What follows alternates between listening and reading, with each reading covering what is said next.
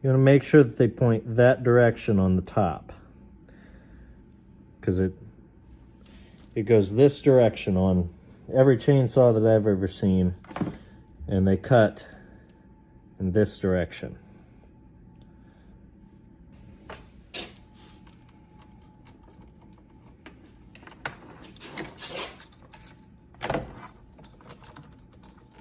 You want to make sure nothing's bound up. Want to make sure that we're just barely snug. And then we get in our adjuster there and we start tightening the chain up.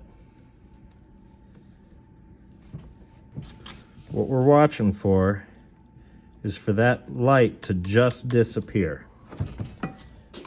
I'll show you how it's supposed to act. See, there's light there.